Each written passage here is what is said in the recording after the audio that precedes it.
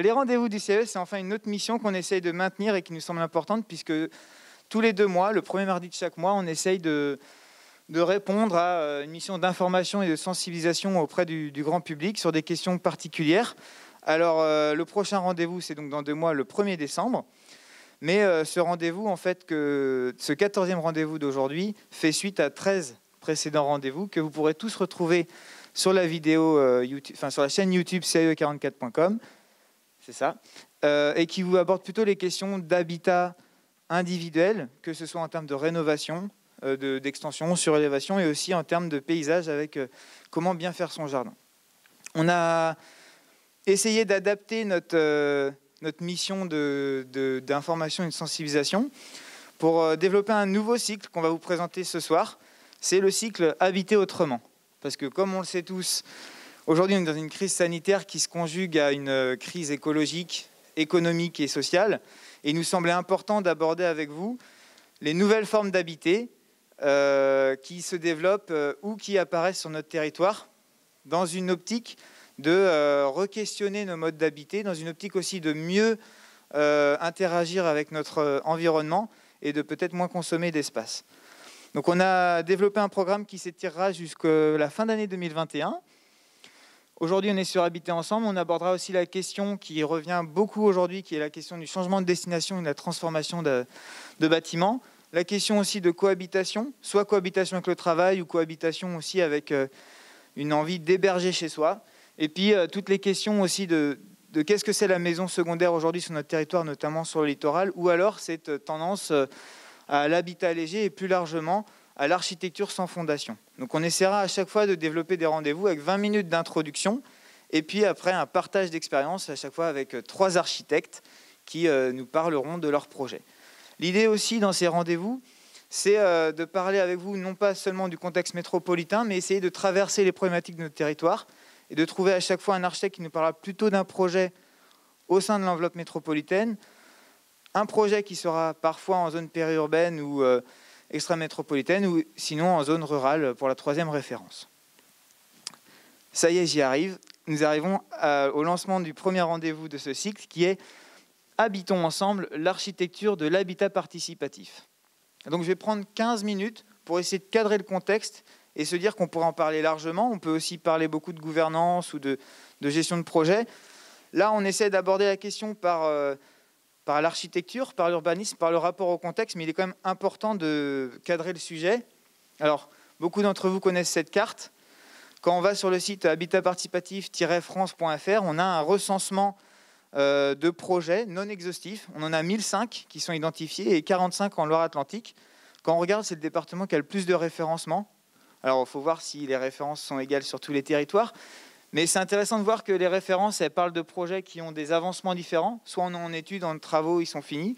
Soit ils sont en réflexion et surtout, ils ont un rapport au contexte, des natures de sites qui sont très variées. On en a autant en urbain dense qu'en centre-bourg, qu'en périurbain, en rural. On en a même un en nomade.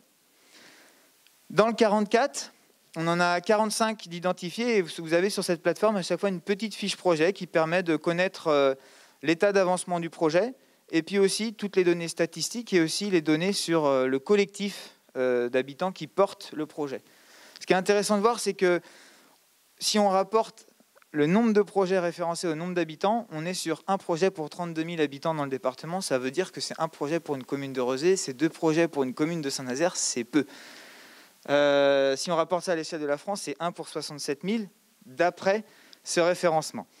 Si on le compare à d'autres chiffres, on voit qu'en Allemagne, on est sur 5 millions d'habitants qui habitent dans de l'habitat participatif, 2,2 millions de logements, donc on n'est pas sur les mêmes ordres d'idées ou d'échelle. Et puis en Hollande, on est sur 15% du parc qui est considéré comme participatif. Alors l'habitat participatif, quand on essaye de discuter les uns les autres sur le sujet, ce qui est intéressant, c'est qu'il ressort autant des notions d'espace, d'espace partagé, c'est ce qu'on va retrouver derrière les termes jardin, chambre d'amis, sur mesure, etc. On va retrouver aussi des aspirations ou des attentes qui sont l'envie de construire ensemble, de prendre soin de nos voisins. On va aussi retrouver des thématiques qui reviennent sans arrêt, puisque l'habitat participatif re-questionne le rapport à la gouvernance, à l'écologie, à l'énergie. C'est des thèmes qui reviennent et finalement tout s'entend derrière le terme habitat participatif. Pourtant, on a aussi employé habitat partagé, habitat coopératif, habitat inclusif. Et on a tout un jargon qui se développe et qui, aujourd'hui, s'entend, ou depuis 2010, s'entend derrière le mot habitat participatif, lorsqu'il a été, adopté aux Journées européennes de l'habitat participatif à Strasbourg. Et puis, après, il a été reconnu au niveau de la loi, avec notamment en 2014 la loi Allure, la définition de l'habitat participatif comme une démarche citoyenne qui permet à des personnes physiques de s'associer, le cas échéant, avec des personnes morales, afin de participer à la définition et à la conception de leur logement et des espaces destinés à un usage commun, de construire ou d'acquérir un ou plusieurs immeubles destinés à leur habitation et, le cas échéant, d'assurer la gestion ultérieure des immeubles construits ou acquis. Cette loi, elle est longue, mais ce qui est intéressant, c'est de voir qu'on a vraiment cette envie de re-questionner la production, la gestion et la manière d'habiter ces logements. Alors, cette notion-là, elle fait consensus en 2010, elle est reconnue par la loi en 2014, mais elle a quand même un ancrage historique certain. L'habitat participatif, c'est quand même intéressant de voir qu'aujourd'hui, il est très protéiforme, mais qui trouve des racines différentes à travers plusieurs vagues de développement à des époques différentes.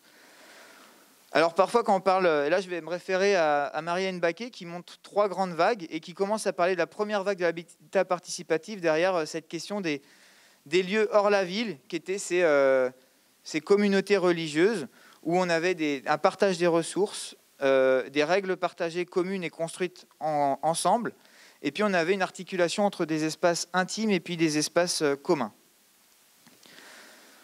On avait ça hors la ville, mais on avait aussi, depuis le XIIe siècle, dans les faubourgs de nos villes européennes, on avait la forme du béguinage qui s'est beaucoup développé, où là, on était plutôt organisé autour d'un grand espace central, autour duquel on avait une succession d'habitations qui, ensemble, permettaient à des personnes, souvent sur des critères parfois de sélection, d'habiter, de travailler et parfois de prier ou pas, dans ces mêmes espaces-là. Ce modèle-là, il a un petit peu disparu en France avec la Révolution française, mais il revient et en tout cas, il a été très persistant au nord de l'Europe. Vous avez là une image d'aujourd'hui, ce patrimoine des béguinages qui est toujours très beau. Alors, la Deuxième Guerre mondiale a eu tous les effets de démolition de nos logements. Après la Deuxième Guerre mondiale, on a vu une autre vague d'habitat participatif qui s'est développée, et notamment tout le mouvement Castor, qui s'est retrouvé partout en France. On a notamment à Nantes la cité des Castors à Rezé ou la cité des Castors à la Balinière à Saint-Joseph-de-Porterie, où là, le mouvement participatif, en fait, se rassemblait autour d'un projet où chacun ne construisait pas sa propre maison, mais ensemble, on construisait des logements. On avait un architecte qui faisait parfois le plan d'ensemble, le plan de voirie, mais après, tout le chantier, tout ça a été porté par le collectif, et on avait une mise à disposition du terrain soit par les usines, comme les Batignolles à Saint-Jean, ou par les collectivités. Donc avec ça, on a eu tout cet esprit, cet imaginaire de l'esprit des castors qui a été raconté, témoigné, et qui montre que habiter, c'est décloisonner. C'est aussi un rapport parfois étroit avec les usines qui nous ont prêté les terrains et notre travail. Après-guerre, face à cette crise du logement, on a eu aussi une autre manière d'aborder la question de l'habitat participatif. C'était tout le mouvement des squats, où là, des collectifs en fait, investissaient des lieux, se l'appropriaient et essayaient d'habiter ensemble, pas forcément de manière légale, mais essayaient de trouver des modes de gouvernance et de gestion où le collectif prenait le dessus sur l'individuel. Alors, ce mouvement-là, il a été inspirant, il a répondu à une problématique, mais à partir des années 60 et des années 70, la question de l'habitat participatif ou de la participation de l'habitant dans la production du logement, elle a inspiré de nombreux utopistes à différentes échelles. Notamment, on a Yona Friedman, qui est décédé au début de l'année 2020, qui a été d'abord vu comme un utopiste puis un visionnaire, qui a défendu une conception de la ville où l'habitant était au centre et où, finalement, plutôt que de consommer sans arrêt la ville par l'extérieur, on le superposait à une superstructure dans laquelle on pouvait s'approprier un espace, le construire et le transformer. Donc cette vision-là, elle a été jamais construite, hein, mais elle a inspiré. Un autre mouvement utopique, mais plus concret, ça a été Lucien Kroll et la maison médicale à Woluwe-Saint-Lambert, près de Bruxelles, où là, ce qui était intéressant, c'est que face à un projet de zone sociale et de construction de tout un ensemble immobilier, notamment concernant les étudiants de la fac de Woluwe, ils se sont opposés au projet et ont imposé de travailler avec Lucien Kroll pour penser à un habitat où les étudiants avaient droit de parole sur leur logement. Donc ils pouvaient tantôt dessiner certains des logements, surtout ils pouvaient avoir un avis sur le choix des matériaux, sur la manière aussi de finir les ouvertures, et finalement on arrivait à ce qu'on appelle une ruine en construction, un projet qui affiche la dimension participative et le côté kaléidoscopique de l'architecture. Les années 70 restaient plutôt portées sur un habitat participatif où l'idéal communautaire était au centre. Les années 80 et 90 ont vu un petit peu s'atténuer le mouvement, puisqu'on avait aussi tout le développement parallèle du rêve pavillonnaire. Je caricature, mais j'essaie de montrer les mouvances. Et on avait quand même des projets qui apparaissaient, comme Habitat différent à Angers, qui a un grand impact dans le conseil aujourd'hui et dans le suivi des projets, on peut les visiter. Ce qui était intéressant, c'est que là, c'est non plus le collectif qui porte tout le projet, mais c'est aussi la problématique qui est saisie par un bailleur social et qui se dit, ben non, peut-être que l'habitat participatif, on peut s'en servir comme une des solutions pour répondre à l'accession au logement par tous. Et finalement, ce projet, il a évolué. Aujourd'hui, certains sont propriétaires. Et puis, en tout cas, on a un travail de construction continue sur la mise en commun d'espaces auprès du collectif, mais aussi sur des problématiques sociales avec, une fois par semaine, je crois, un accueil de résidents pour des logements d'urgence. Ce qui est intéressant aussi de voir, c'est que dans les années 90, il y a eu des projets qui ont émergé, avec notamment Thérèse Claire et la maison des Baba Yaga, où là, le projet entre 1995 et 2013, il a pris quasiment 18 ans à maturer, mais là, on a vu que l'habitat participatif, il pouvait revenir en ville, il pouvait aussi permettre à des communautés de se structurer, et c'est ce qui a été longtemps critiqué sur ce projet, c'était qu'autour de Thérèse Claire, on avait un projet où des femmes allaient habiter ensemble, et on s'est longtemps opposé à Montreuil sur le projet, puisqu'il était ségrégatif. Mais finalement, le projet a abouti, et notamment avec l'appui de la ministre. Là, aujourd'hui, on commence à voir une succession de projets d'habitat participatif qui prennent une place complètement différente par rapport à la ville, par rapport au territoire, et c'est ça qui va nous intéresser. Aujourd'hui, on voit par exemple à Strasbourg un projet comme Greenobile qui rassemble trois familles qui se regroupent dans une même maison et qui vont ensemble essayer de chercher à s'implanter en plein centre-ville de Strasbourg et de partager des moyens qu'ils ne pourraient pas avoir seuls. Donc on a vraiment une recherche on est plus fort ensemble que séparément, mais on a aussi droit à la ville et on recherche une proximité avec les services. On voit aussi d'autres formes d'habitat participatif qui ont un autre rapport au territoire. On a notamment l'éco-hameau de Fort-Calquier, porté par l'Éco-Libre, où là on est plutôt sur un projet qui se situe en périphérie ou en limite de l'enveloppe urbaine. Et là, un groupe d'habitants se retrouvent et sont en autopromotion pour se rassembler autour d'un habitat collectif et des valeurs écologiques et environnementales importantes. Une recherche d'habitat participatif. Et ça montre qu'aujourd'hui, autour de l'autopromotion, il y a un peu de tendances qui sont identifiées. C'est l'autopromotion pour se rapprocher sur une maîtrise totale du projet. On maîtrise notre collectif et puis on maîtrise aussi des valeurs et on maîtrise les circuits courts et le mode de construire. Et puis on a aussi l'autopromotion qui est plutôt portée par des mouvements qui sont parfois altermondialistes ou qui en tout cas vont aller rechercher d'autres choses. C'est plutôt, et là on va retrouver ça pas de manière caricaturale, pas uniquement en milieu rural, mais souvent ça va être le fait d'aller vraiment prendre conscience qu'il y a des terres agricoles, il y a des territoires qui sont non construits, il faut en prendre soin, il faut leur donner une vie et comment on peut le faire ensemble autrement. Et donc on voit des habitats participatifs qui réinvestissent un petit ou un grand patrimoine du territoire et autour duquel on va construire un projet. Enfin, on voit d'autres mouvements d'habitat participatif, non exhaustivement, mais peut-être que certains d'entre vous connaissent le mouvement Habitage qui a émergé à La Fontaine-Guérin, avec finalement 2 jeunes actifs qui reviennent dans leur terre d'origine dans le 49, qui réachètent un bâti historique et qui essayent de réhabiliter les annexes pour 2 choses. Renouveler et rénover le patrimoine, mais aussi permettre aux anciens de rester sur leur terre sans forcément aller dans des EHPAD, mais avoir un logement adapté. Ça, c'est une problématique qui est très actuelle, la question du soutien aux aînés ou alors parfois l'intergénérationnel. C'est l'habitat participatif est une des réponses. Et quand on sait qu'on a 16,7 je crois, de plus de 65 ans dans notre pays, c'est autant de personnes à soutenir au-delà du Covid. Donc là, vous avez un exemple d'habitat où Vanessa accueille les personnes dans le logement. Alors, le projet participatif aujourd'hui, une fois qu'on a fait cette histoire-là, ce qui est important de savoir, c'est qu'il est protéiforme.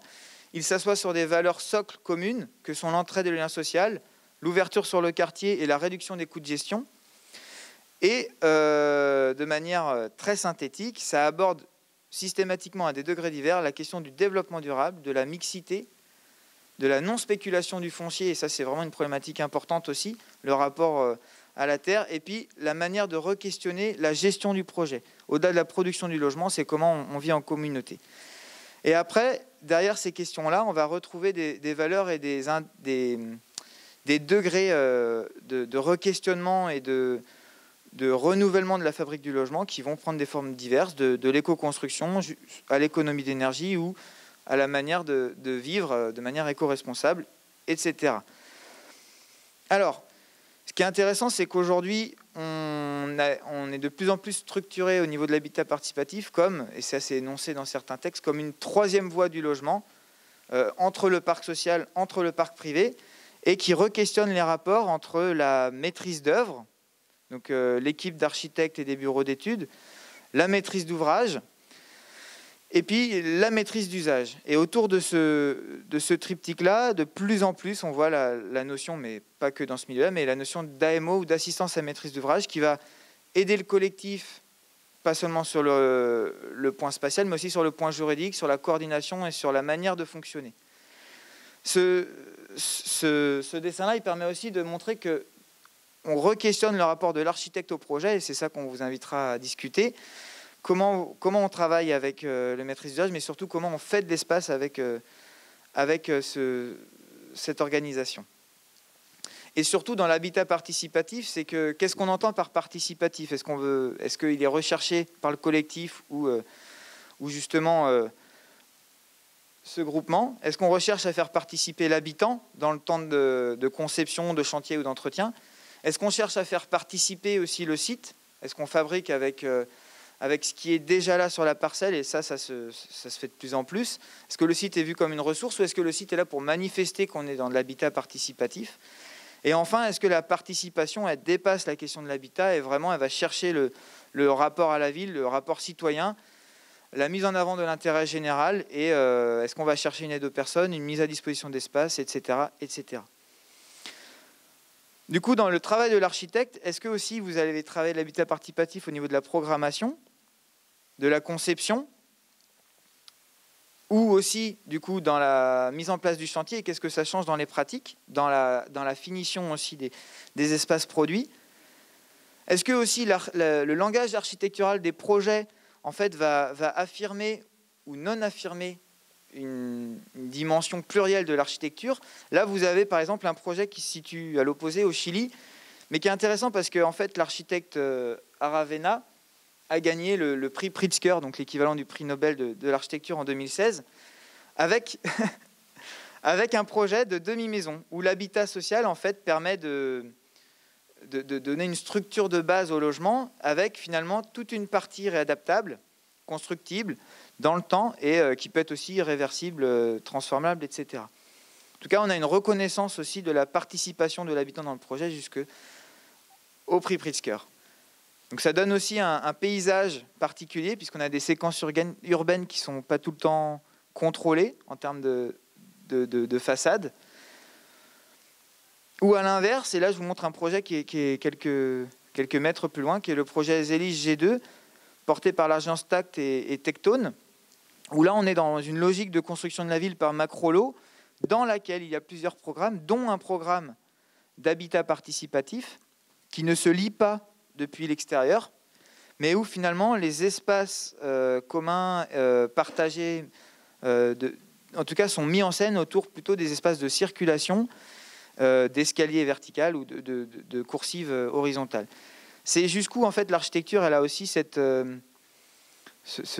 envie de montrer le collectif dans le paysage urbain.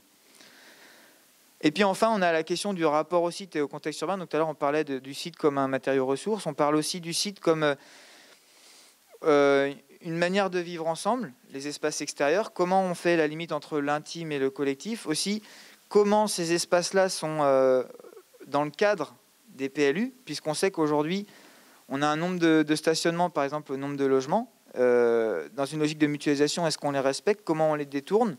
Comment, ensemble, on arrive à créer de nouveaux espaces et que ces espaces-là, ils peuvent prendre la dimension nourricière, la dimension productive, intégrer la dimension du travail près du logement, ou est-ce que c'est aussi des espaces, d'autres espaces de jeu? Et donc voilà, ce qu'on voulait faire aujourd'hui, c'était plutôt se dire qu'il y a une histoire qui est plurielle, qui invite à des ancrages de projets participatifs très différents, qui pose des questions à différentes échelles, entre le rapport à la ville, le rapport au foyer, au ménage, à l'individu, et puis finalement, à chaque collectif, on a envie de trouver une réponse, et on aimerait bien savoir comment vous avez trouvé des réponses à vos collectifs. Donc, ce qu'on voulait faire après cette introduction rapide, c'était se dire qu'on a face à nous 3 agences d'architecture qui peuvent nous parler de leur rapport au collectif, de leur rapport à la commande, mais qui ont aussi des envies, des aspirations architecturales, urbaines et environnementales. Et du coup, peut-être prendre le temps aussi de s'intéresser aux espaces qui sont produits dans ces projets. Voilà, j'ai l'honneur de démarrer. Merci les gars. Donc merci pour l'invitation. Donc moi j'ai choisi, en plus on a discuté donc avec Charlie sur quel projet raconter, puisque donc avec l'agence on a fait quelques projets participatifs et au regard un peu de la demande, on a choisi de parler d'un projet qui s'appelle Émile, qui est un projet un peu vieux puisqu'il date d'il y a 10 ans, donc c'est déjà. Mais c'est intéressant, je pense, parce qu'il faut le resituer avant l'initiative métropolitaine nantaise. En l'occurrence, c'est un projet qui est construit donc, dans la métropole, dans un quartier dense qui est le quartier de Madeleine-Champ-de-Mars. Et donc l'histoire que je vais vous raconter est peut-être plus attachée sur sa dimension, je dirais, participative, au sens de sa participation à la construction d'un quartier ou à la reconstruction d'un quartier, en lien avec une maîtrise, plutôt une maîtrise urbaine, et en l'occurrence un aménageur, et sur un petit immeuble mixte qui va finir donc par faire cohabiter finalement 3 familles, des gens qui travaillent dans un bureau et le service des espaces verts. Et c'est plutôt là-dessus que je vais insister finalement sur le côté un peu inédit de cette histoire dans sa construction. Et finalement la forme que ça prend, comme l'a proposé Charlie. Alors attends, il faut que je fasse comment? Je fais ça là? Oui, donc voilà, donc c'est pour ça que peut-être dans cette histoire et cette projection que je vous propose, moi je raconte effectivement les personnes, les habitants, mais il y a aussi tous les gens qui sont autour, parce que je pense qu'il faut remettre ça dans un contexte où en fait, nous c'était notre 2e projet d'habitat participatif, on a fait nos armes de façon un peu tout seul, enfin bien sûr il se passait beaucoup de choses autour, mais néanmoins chaque histoire est particulière. Et donc, effectivement, dans cette histoire-là, il y a le banquier, l'ingénieur, il y a beaucoup de gens en fait qui contribuent finalement à cette construction un peu atypique, qui finalement est l'histoire de tout projet d'architecture, mais vous allez le voir, qui finalement là prend un sens particulier. Donc, remettre ça dans le contexte très particulier du quartier Madeleine-Champ-de-Mars, c'est quoi? C'est un quartier historique. On est sur une ZAC, un travail long de renouvellement urbain. Et puis avec cette attention un peu spécifique à la mise en place de projets dits innovants, et dans un quartier aussi qui, de par sa structure, propose beaucoup de contraintes et qui finalement a créé des opportunités de projets assez inédits puisque de fait, les lieux qui étaient proposés à certains projets ne pouvaient pas convenir à la promotion, je dirais, classique. Et donc là, ça ramène plutôt à cette question de comment on fabrique du logement dans des espaces qui sont un peu plus contraints et qui sont moins sur la spéculation que sur la construction sur mesure. Et donc là, on est sur un projet qui est à la fois petit, mais qui s'inscrit précisément dans ce tissu.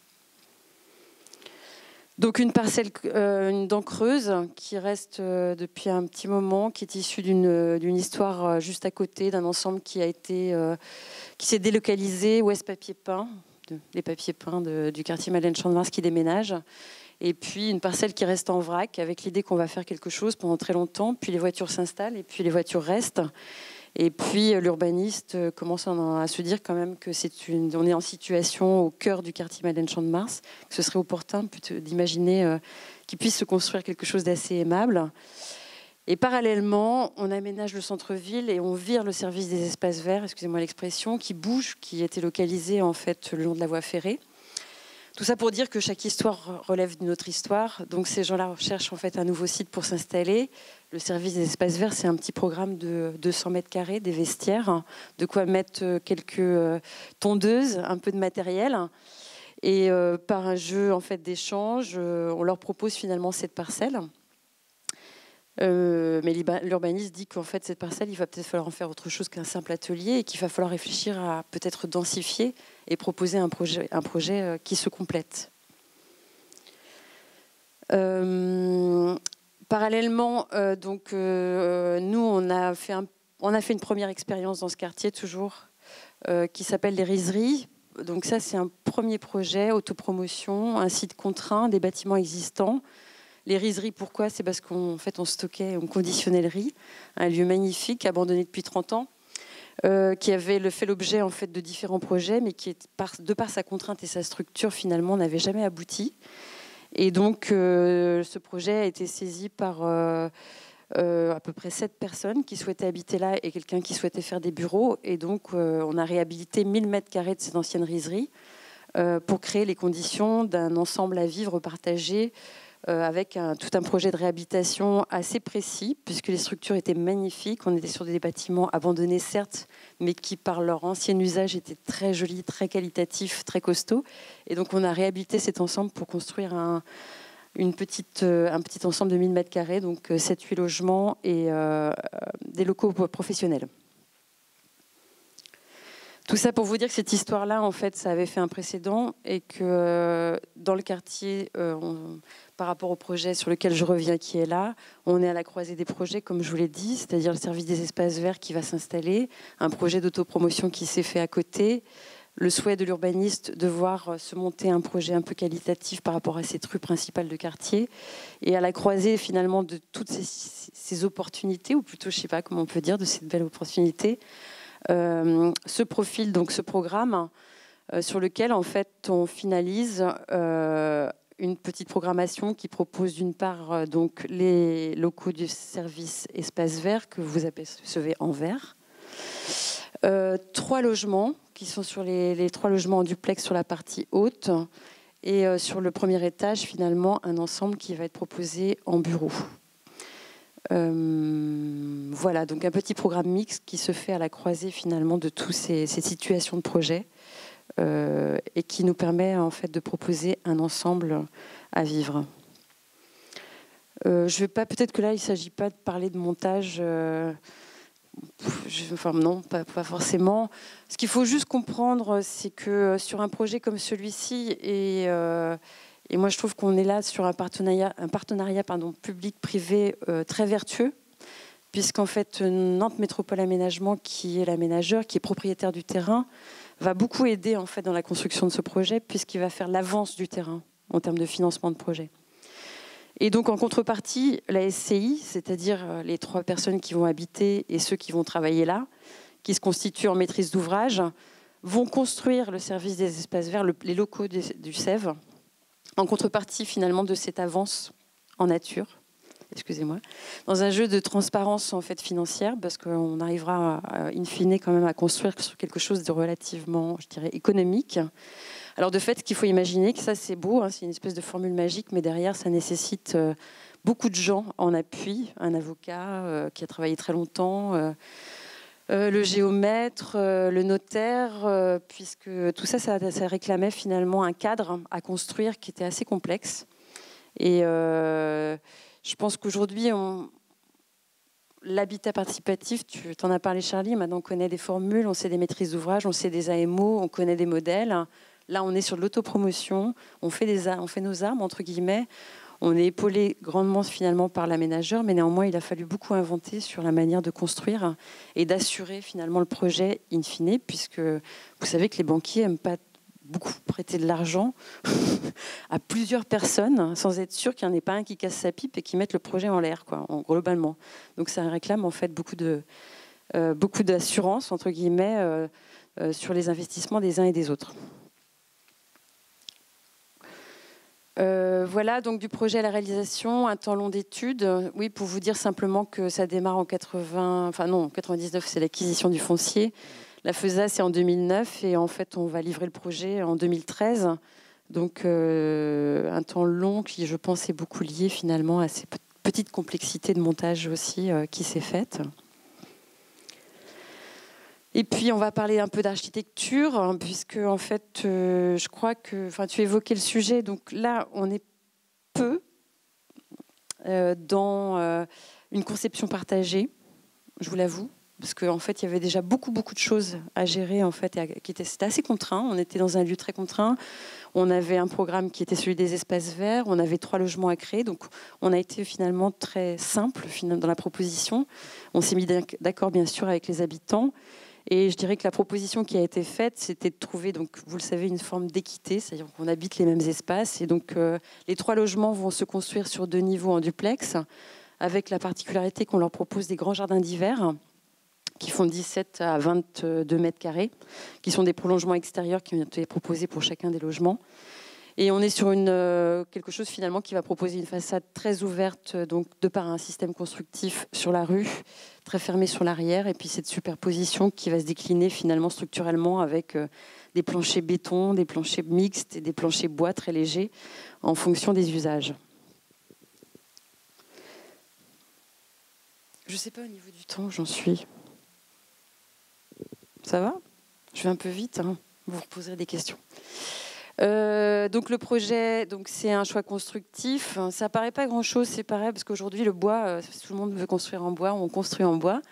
Pour vous donner un petit exemple sur un projet comme celui-ci, à un moment donné dans le montage, c'est vrai on s'est posé la question d'aller chercher en fait un promoteur pour nous aider dans la construction du projet, pour amener en fait l'assurance, la garantie du prix d'achèvement de la construction. Et c'est vrai que ce promoteur, que je ne citerai pas, qu'on a vu, on a négocié avec lui en lui disant « Écoute, il faut que tu nous amènes ton assurance de promoteur. Mais le projet, il est fait, tout le monde va habiter là, il n'y a pas de problème, etc. Tu prends combien ?» Je ne vous dirai pas le montant, sur le pourcentage. Et donc, on lui présente le projet. Il fait « Bon, bah écoute, c'est super. Moi, pourquoi pas? Ça peut coûter tant, l'assurance. Par contre, on ne construit pas en bois. Hein. On est d'accord, on met tout en parpaing. » Voilà, donc tout ça pour dire que finalement, même ces petites avancées, en fait, on les remet en place et que les habitants souhaitaient que ce soit en bois parce que c'était aussi une volonté par rapport au contexte. On est face à une école, il y a des entrées-sorties de gens en permanence. Il ne s'agit pas de bloquer la rue et donc il faut trouver un système de construction léger. Enfin bon, je ne vais pas vous raconter le projet d'architecture au sens de la conception, mais vous savez que tout ça, c'est très lié au contexte et ça s'imbrique très précisément dans un lieu habité. Voilà, donc le bois, ça permet aussi de décloisonner. Comme je vous l'ai dit, la structure globale du projet, elle permet de créer des continuités d'espace, des grandes ouvertures, profiter du jardin d'hiver, être sur des systèmes constructifs simples, y compris pour la partie du sève. Et on arrive donc sur un projet qui prend un peu cette forme. On parle d'architecture bioclimatique. Enfin, nous, on a juste mis une façade très ouverte qui prend beaucoup la chaleur. Qui est en fait dans laquelle on peut faire un grand courant d'air qui ventile en permanence, si l'été quand on a trop chaud. Et on a des espaces finalement qui vivent toute l'année, puisqu'on a le bénéfice dans notre région de pouvoir profiter de ces espaces tempérés tout le temps. On parle aussi beaucoup, les jardins d'hiver, vous connaissez tous ce modèle-là. C'est vrai qu'il faut... Les jardins d'hiver, par exemple, c'est toute une question. Comment on valorise un jardin d'hiver? Est-ce que c'est un espace habité ou est-ce que c'est pas un espace habité? Est-ce que c'est un balcon? C'est pas un balcon? Est-ce que combien on le paye, ce truc-là? Quand on est effectivement, là encore, sur une promotion classique, c'est toujours un problème parce qu'on ne sait pas comment le valoriser, on ne sait pas comment ça va venir impacter le loyer, on ne sait pas comment on peut gérer ces choses-là. Et finalement, ça paraît tout simple, mais les projets aussi où les gens prennent tout d'un coup la main, en fait, décident d'assumer ces choses-là, c'est une façon de pouvoir discuter clairement de ce plaisir de pouvoir avoir ces espaces de débordement sans que ce soit un problème de financement. Voilà, donc cultivons notre voisinage. Je pense qu'il y aura plein d'exemples de projets d'habitat participatif où la question du voisinage peut être très présente. Ici, j'aime bien cette petite image parce que c'est juste le personnel du service des espaces verts qui fait un barbecue avec les voisins. C'était pas gagné au départ. Moi, ce que j'apprécie effectivement dans ce projet, c'est alors l'aspect où les trois familles qui vivent dans ces logements voilà, se passe la salière, vivent au quotidien très bien ensemble.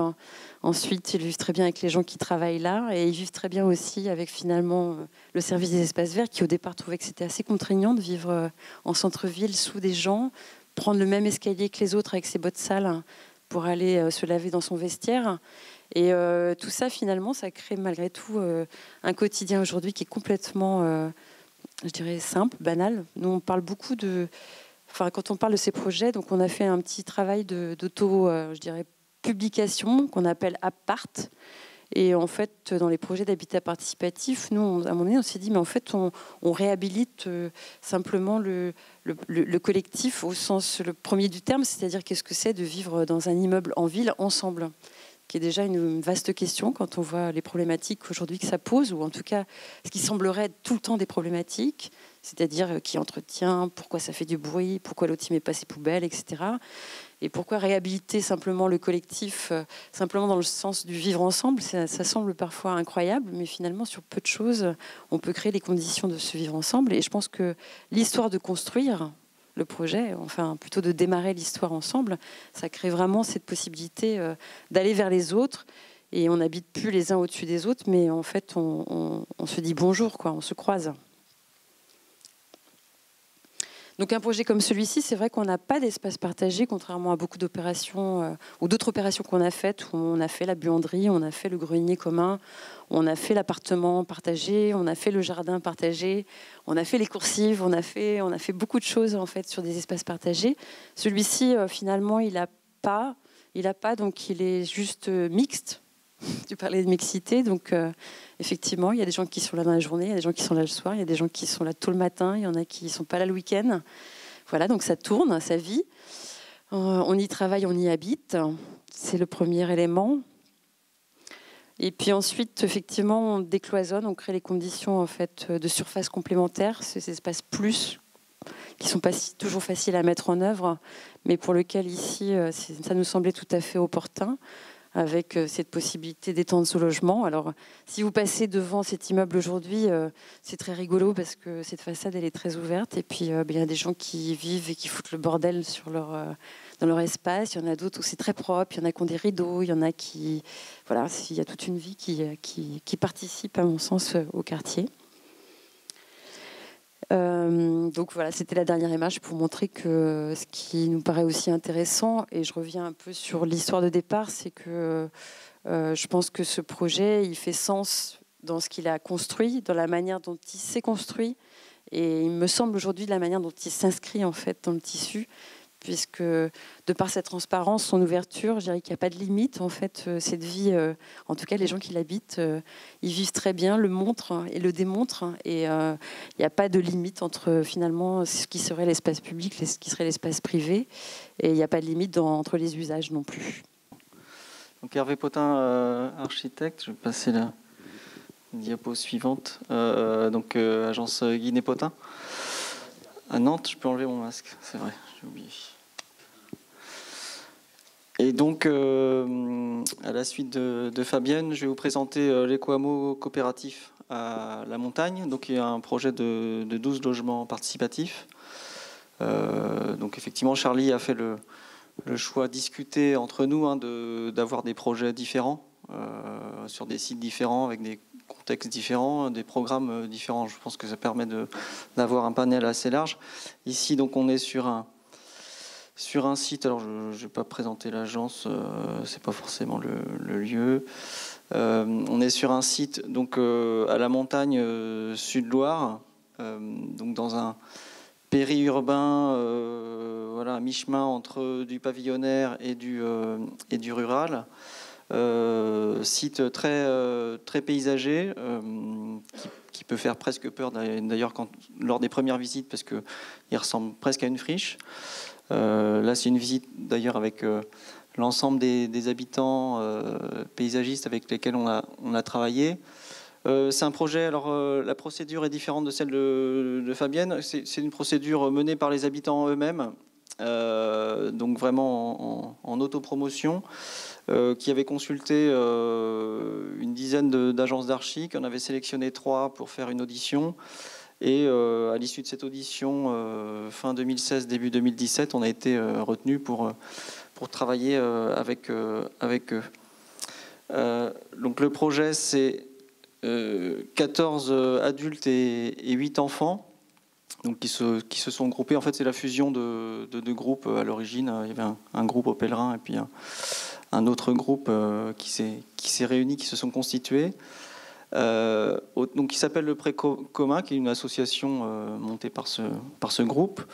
Il se trouve que dans le Pré Commun, il y a un habitant architecte, et donc il va faire l'office d'assistant à maîtrise d'ouvrage de manière officieuse et officielle, donc qui est Bruno Suner, donc un collègue de l'école d'architecture où j'enseigne, donc qui a fait quand même pas mal aussi la passerelle dans le choix de l'équipe. Nous, c'était notre premier projet participatif, donc voilà, il n'y avait pas de connaissance de ce type de programme. On est une agence qui travaille sur tout type de projet, du petit programme culturel dans le Finistère jusqu'à 120 logements à Nantes. Donc voilà, on est assez varié dans nos approches, en tout cas programmatiques. Et c'est vrai que ça nous intéressait, cette question du participatif, déjà parce qu'il y avait une porte d'entrée, on va dire, connue, et que voilà, on fonctionne pas mal aussi avec l'affect, et le rapport avec Bruno marchait pas trop mal. Donc cette porte d'entrée là va nous servir, et donc Habitat Énergie Naturelle étant une association donc de promotion de ce type d'habitat, dans lequel donc évolue Bruno Suner. On a été accompagné par Kern Ingénierie, donc sur l'ensemble du projet, et puis la forme et l'usage qui a eu un rôle hyper important, donc paysagiste avec lequel on travaille. On travaille beaucoup depuis quelques années, sur lesquels on s'entend sur pas mal de questions, parce qu'on finalement on parle le même langage sur les questions de seuil, de séquence, de sol, de minéralité du sol, ou à l'inverse de perméabilisation. Le site, donc, c'est un site qui était en une sorte presque de friche, un enclos paysager dans un tissu résidentiel pavillonnaire, comme j'ai pu l'écrire. Il y avait deux palmiers là qu'on distingue au milieu de l'image, qu'on a souhaité conserver. Des riverains et des mitoyens qui étaient très très proches, et puis une ancienne annexe de ferme qui est la maison que vous voyez au milieu de l'image là, qui était dès le départ dans le programme un lieu commun de partage pour l'ensemble des habitants. Donc voilà, c'est un site assez complexe, très arboré. Justement, les paysagistes nous ont permis, en tout cas, de faire pas mal de repérages. Et les habitants avaient également anticipé des repérages d'arbres à conserver, d'endroits à garder ou à pouvoir stationner. La maison commune étant dans un pas très bon état, va être malgré tout également réhabilitée, servir d'espace partagé. Donc un programme assez complexe, avec en même temps des envies par les habitants relativement partagé, donc d'habitat intermédiaire. Donc on n'est pas dans l'habitat individuel groupé. C'est pas 12 maisons, c'est vraiment construire de l'habitat intermédiaire entre une sorte de maisons superposées. On va voir que ça fabrique une sorte de Tetris un peu complexe au niveau des plans. Donc 12 foyers, donc 14 adultes, 8 enfants, de 1 à 73 ans. Et puis voilà, des typologies également hyper variées entre 1 T1, 2 T2, 7 T3, 2 T5 et donc la maison commune. Le planning rapidement, donc on a été lauréat début 2017, on a déposé le permis relativement rapidement en septembre, donc juste après l'été, on l'a obtenu en fin d'année. Les appels d'offres ont été un peu plus longs, c'était en 2018, mauvaise année pour les appels d'offres pour ceux qui sont de la partie, et puis un chantier relativement rapide, puisque les premiers habitants ont pu rentrer juste avant le confinement en mars 2020. On a eu chaud à quelques semaines près. Alors l'implantation du projet, elle est finalement à la fois complexe et à la fois simple. C'est que au milieu de cet espace, il y a, je ne sais pas si la souris marche, oui. Donc on a l'ancienne annexe de la ferme du Drouillard, là, qui est un bâtiment existant qu'on a pu voir sur le site. Une limite constructible qui est hyper serrée. On a à peine 2000 m² au sol possible pour construire. On est en bande secondaire puisqu'on est accessible par une voie commune à des mitoyens. Et puis donc la limite constructible, elle va vraiment dessiner la limite des bâtiments. On est sur 12 familles. Donc l'AMO précédemment avait déjà établi des faisabilités d'implantation avec l'idée d'habitat intermédiaire.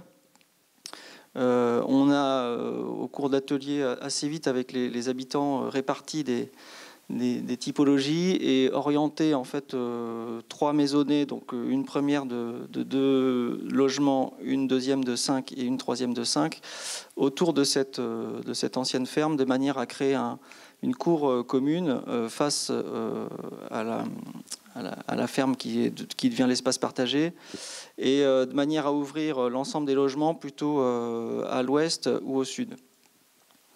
Donc là schématiquement on voit l'implantation avec les flux d'accès, en violet la poche de stationnement, et puis les espaces plus au sud qui sont dans des zones non constructibles, hein, qui vont servir plus tard de terrain de jeu, on va dire, pour les habitants et pour l'expérimentation paysagère. Donc en plan masse, on le voit peut-être un peu mieux ici.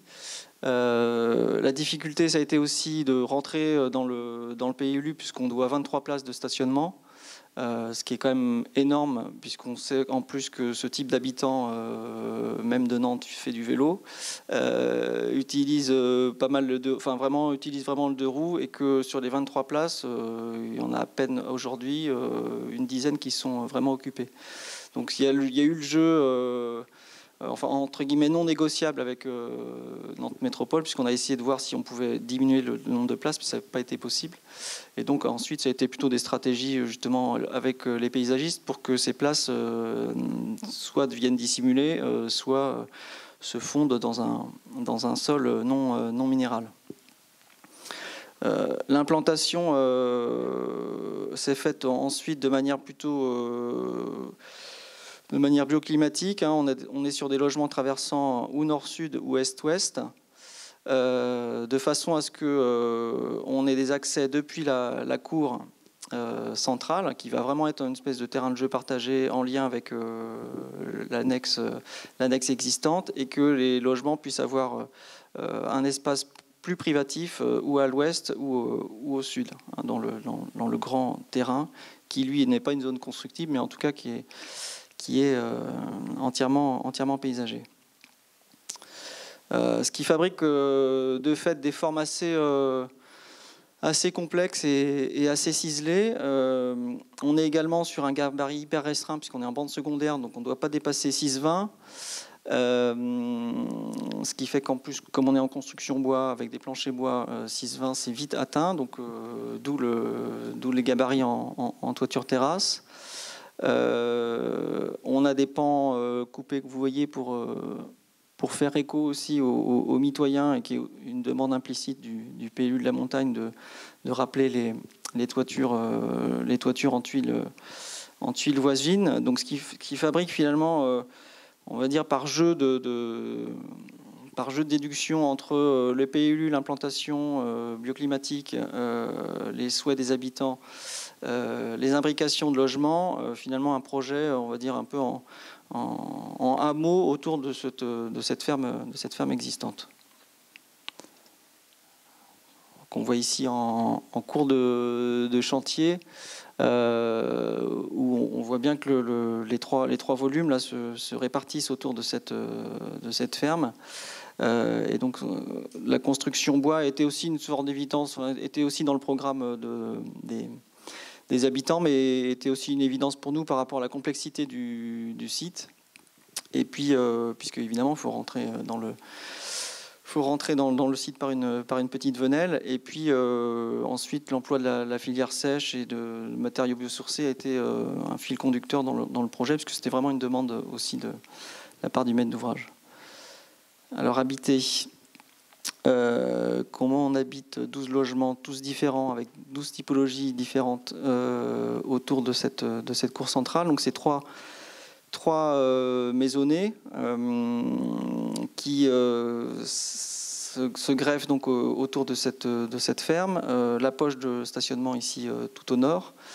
Et ensuite, un travail assez fin de couture donc avec les habitants pour que leurs souhaits soient respectés, tout en respectant évidemment les volontés de chacun. Certains voulaient plutôt habiter en étage, d'autres voulaient habiter au rez-de-chaussée avec un jardin, d'autres voulaient plutôt un jardin d'hiver. Certains souhaitaient un duplex, mais pas forcément. Donc c'est vrai qu'il y avait vraiment un projet comme ça à la carte, mais en même temps qui était hyper intéressant pour nous, parce qu'il y avait vraiment ce jeu un peu itératif de Rubik's Cube, de réunion. Pour la petite histoire, à un moment donné, on s'est rendu compte c'est les habitants qui se sont rendus compte qu'on avait mis, entre guillemets, toutes les personnes âgées dans la même maisonnée. Et là, il y a eu un espèce de frein dans la conception. Ils nous ont dit non, c'est pas possible. On fait de la ségrégation. C'est vrai que voilà, vous avez vu les âges, c'est d'entre 1 et 73 ans. On veut aussi de la mixité typologique, mais on veut aussi de la mixité d'habitants. Donc, on est reparti sur des mixités également dans le logement, mais ce qui produit des formes sur lesquelles on n'avait pas du tout d'a priori au début, donc forcément qui sont assez ciselées. Découpés, on a des vues qui préservent les intimités et puis des passages aussi entre chaque maisonnée là, de manière à aller vers le paysage plus à l'ouest. Donc la M1 est habitée au rez-de-chaussée par Jean-Claude et Nicole et à l'étage par Anne qui a une terrasse, et puis Jean-Claude et Nicole ils ont un jardin d'hiver en proue ici là côté ouest. Les plans ne sont pas orientés nord-sud. Sur la maison 2, donc là on a 5 logements. Entre Lucie ici en duplex, Guillaume en duplex, et leurs enfants qui sont partagés à l'étage. Lucie et Guillaume étant séparés, les enfants vivent à l'étage ensemble, mais potentiellement séparés par une cloison pour que chacun puisse avoir la garde des enfants séparément. Voilà, donc ce qui est aussi assez intéressant pour nous, c'était c'est de rentrer aussi dans la vie. Moi j'aime bien ça, rentrer dans la vie des gens, d'avoir toutes les petites histoires. Donc au rez-de-chaussée, on a ici le logement de Monique et Traversant, et puis le logement d'Annick à l'étage qui souhaitait une terrasse, et puis qui voulait plutôt elle une diagonale dans son plan. Pour s'ouvrir vers la terrasse, qui n'a pas été simple d'un point de vue structurel parce qu'on a des poteaux qui plombent et qu'à un moment donné, il faut aussi les intégrer. Donc il y en a un ici qui se promène dans le cellier chez Monique au rez-de-chaussée. Laurane habite un duplex ici en proue.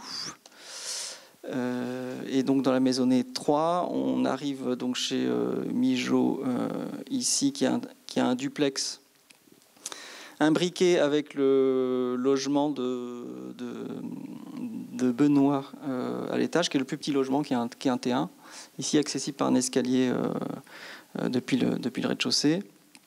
Bertrand au rez-de-chaussée a un logement PMR Traversant. Et puis au-dessus, Thibaut, pardon. Et puis Bruno a un duplex ici avec un jardin d'hiver côté sud. Donc voilà, il y a pas mal de vie, pas mal d'aventures et de narration dans ces logements, mais qui sont plutôt... Enfin, pour nous, ça a été une aventure assez chouette à fabriquer. Puis la maison commune, elle abrite des locaux musiques associatifs, une grande cuisine commune dans laquelle d'ailleurs les habitants, puisque pas mal de cuisines n'avaient pas été installées pendant le confinement, ont pu profiter pendant les 3 mois de printemps. Alors je vais terminer avec quelques photos. Je ne sais pas si je suis bon dans le temps.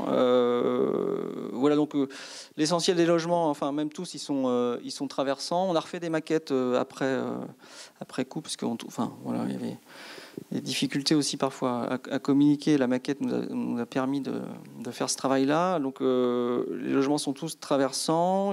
On est tout bois. Isolant, donc on est en ouate de cellulose dans les ossatures bois, fibre de bois à l'extérieur, et puis à l'intérieur on est en biofibre qui est un mélange de lin et de chanvre. Et pareil pour les planchers, on est en plancher bois qui n'a pas été simple d'un point de vue acoustique parce qu'on a fait des essais, ça a marché, mais voilà, il y a quand même une épaisseur et un coût assez complexe qui n'a pas forcément été facile à supporter. J'ai pas parlé du montage financier. Alors c'est un peu particulier puisqu'on est sur un système de coopérative qui est assez rare en France, mais que les habitants voulaient vraiment monter. C'est-à-dire qu'ils ne sont pas exactement propriétaires de leur logement, ils sont propriétaires de parts, comme des parts sociales, et donc ils ont des parts sur une partie de l'ensemble du projet. Et donc ça a été compliqué à faire accepter par forcément les banques, les assureurs, etc., parce qu'on ne distingue pas un logement, un habitant. C'est vraiment une coopérative telle qu'on peut les trouver d'ailleurs en Suisse, beaucoup plus présente. On a eu la chance de trouver des entreprises aussi, j'allais dire militantes que nous et que les habitants. Donc on est passé par le réseau Ecobat, qui nous a permis notamment d'avoir l'atelier Isaac à Nord-sur-Erdre, qui a quasiment 2/3 du projet, puisqu'il a travaillé de la menuiserie extérieure, intérieure, cloison, doublage, isolation, bardage, ossature, charpente. Il ne restait plus qu'un plombier électricien qui est j'ai un trou, désolé, qui est en SNIM, qui est aussi une scope, pardon, et puis un maçon et un solier. Donc on voit les photos de chantier. Voilà, il y a eu quelques décisions plus ou moins douloureuses pour les habitants. On devait être en menuiserie bois, on est passé en menuiserie alu. Voilà. Il y avait vraiment aussi, chez nous comme chez eux, mais l'idée d'avoir un bâtiment sain, donc de maximiser tout ce qui était biosourcé. Et parfois, on a dû faire quelques compromis pour les questions financières. Voilà, le chantier avance. Le jardin d'hiver de Bruno et Bertrand sur la Maisonnée 3. Alors c'est aussi sur la question du jardin d'hiver, je repense au projet Émile précédemment. Là, il n'y a pas question de mettre du polycarbonate. Donc c'est un jardin d'hiver en verre.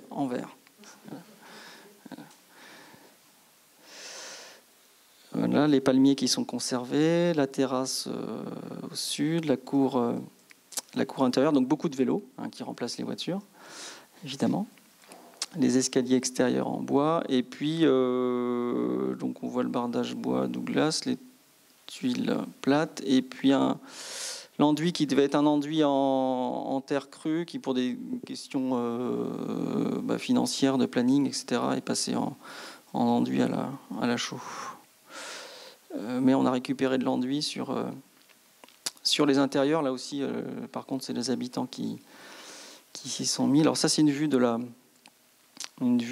maison existante. Là, pour le coup, on a moins pris parti. Ça a été de l'autoconstruction de la part des habitants, travailler sur la maison commune. Et puis donc l'enduit de terre dont je parlais, qui a été mis par les habitants, d'ailleurs, pendant une bonne partie du confinement, sur pas mal de parois. Là, c'est un des logements traversants, c'est le logement de Thibaut.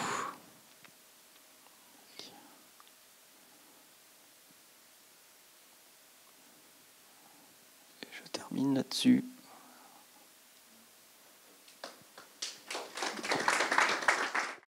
Donc, je suis Pierre-Yves Bossé. Je représente l'atelier Cartouche Architecture. Nous sommes une petite et assez neuve agence à Rezé. Et pourtant, nous avons quand même un peu d'expérience sur l'habitat participatif. Donc là, on est... alors, ça va être un projet, ça va être un peu frustrant parce que vous n'allez pas voir de photos. Vous allez voir quelques images et pour cause, toujours pour faire des choses très différentes. Et donc, vous dressez un panel comme ça, un peu varié de projets. On est ici sur un projet qui est en genèse. On s'éloigne un petit peu de l'agglomération nantaise. Nous sommes à Clisson. Donc, on est sur les bords de la Sèvre nantaise. On est à 200 mètres du château de Clisson, 200 mètres au nord. Et puis, donc, on hérite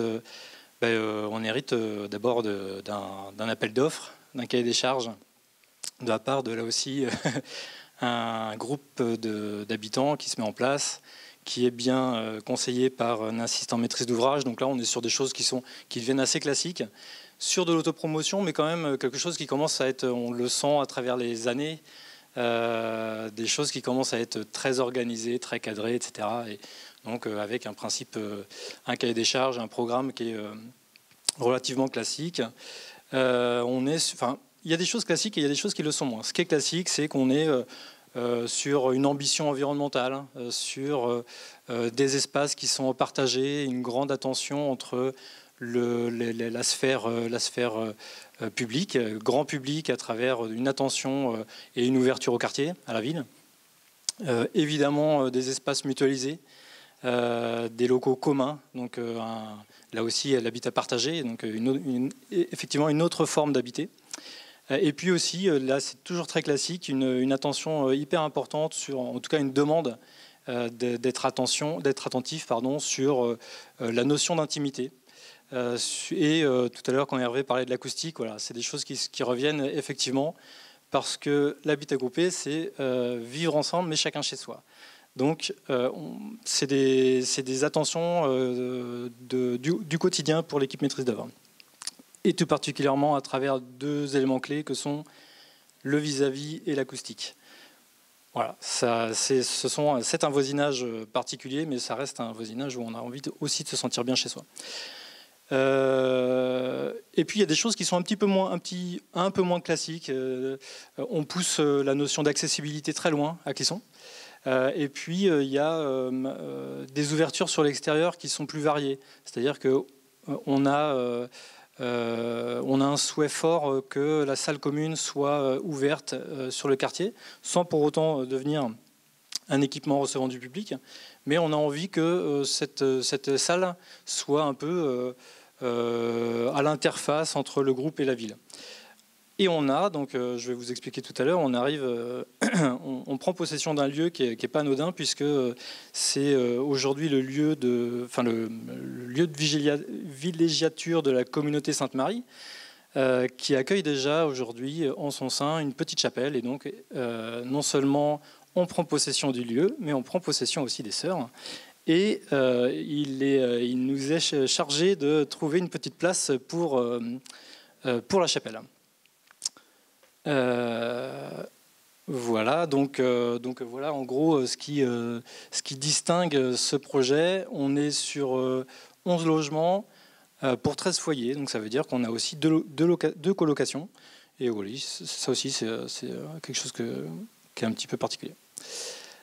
Le site, donc on est sur un site qui est topographiquement hyper marqué, puisqu'on s'installe sur les bords de la Sèvre nantaise, mais en fait le site en lui-même est marqué à la fois par des bords, des rives, les rives de la Sèvre, le coteau et le plateau. Donc on a aussi, y compris sur le site, des affleurements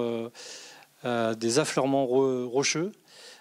Et donc le site il se distingue par une succession comme ça de paysages. Alors un projet participatif, c'est donc dans l'équipe maîtrise d'œuvre. Enfin, je ne vais pas revenir sur la totalité de ce que représente les acteurs de l'habitat participatif, Charlie en a parlé, et puis successivement on en a parlé aussi. En équipe maîtrise d'œuvre, on est bien entouré, et en l'occurrence,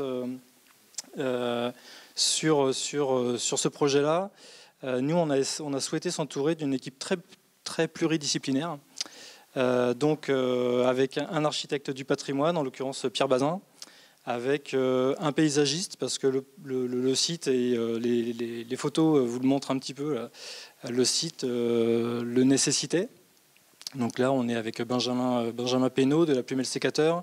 On travaille avec des bureaux d'études techniques qui sont spécialisés et fluides et techniques. Donc Solab, Bois Paille Ingénierie, j'essaie de les citer et d'oublier personne.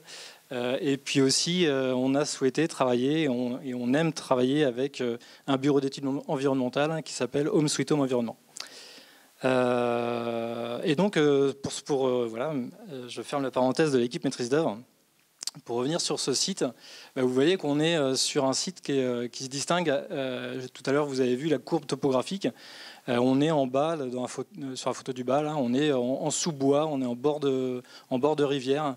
On est sur un élément qui est très calme, très ombragé, et avec ces affleurements rocheux de granit. Quand on monte, donc c'est la photo du milieu, on est sur le coteau là, et puis vous commencez à voir apparaître la canopée, des arbres assez remarquables, des points de vue sur le assez bref, mais néanmoins des points de vue sur la rive de l'autre côté, et puis de temps en temps un belvédère façonné par la main de l'homme à travers, vous le voyez là, le balcon. Là, donc on a comme ça successivement plusieurs promenades, plusieurs belvédères dont profite le site, avec des belles vues sur certains arbres remarquables. Et enfin, quand on est tout là-haut, sur le plateau, et donc la seule zone constructible du site, en fait, le site est très grand, mais on est très largement concerné par un espace boisé classé, et puis en fait le site, lui, il est assez contraint dans sa partie constructible. On est sur le plateau, ensoleillé, cultivé, on a un beau potager, on a des murs d'enceinte en pierre, et puis vous voyez apparaître, ici, on a ce qu'on appelle l'espinose, et je vais en parler tout à l'heure. On a donc des arbres remarquables, à la fois un espace boisé classé, et puis aussi un platane qui est signalé, identifié dans le cadre réglementaire de la VAP à Clisson. Donc la VAP, c'est l'aire de valorisation architecturale et patrimoniale. On est à Clisson, évidemment, sur un site assez contraint d'un point de vue de la préservation du patrimoine. On a un cadre bâti, mais on a aussi un cadre paysager. Et on a donc cette présence de l'eau qu'on retrouve à deux endroits, évidemment en bord de Sèvres, tout en bas, qui est assez discret finalement, parce que à travers cet écran végétal très, très fourni, et puis plus haut sur notre partie constructible, on a ce petit point là qui est hyper sympa, mais qui est aussi pas facile à traiter. Donc c'est une réserve d'eau, vous la voyez en haut à droite, hein. C'est une réserve d'eau qui est à la fois façonnée par l'homme, mais aussi qui présente des affleurements rocheux là aussi. Donc voilà, c'est très, très sympa, mais c'est en plein milieu de notre secteur. Voilà, donc le site, il est dans ce... en fait, la première étape qu'on leur a proposée, c'est un diagnostic un peu complet. En gros, c'était notre atelier... D'accord, il faut que j'accélère. C'était notre atelier zéro, quelque part. C'était de dire de quoi hérite-t-on. On hérite d'un très très beau site, à la fois paysager et patrimonial. Donc on a fait un diagnostic assez complet, à la fois patrimonial, architectural, environnemental, technique aussi, structurel, etc., paysager, réglementaire. Voilà. Donc avec tous ces chapitres-là, on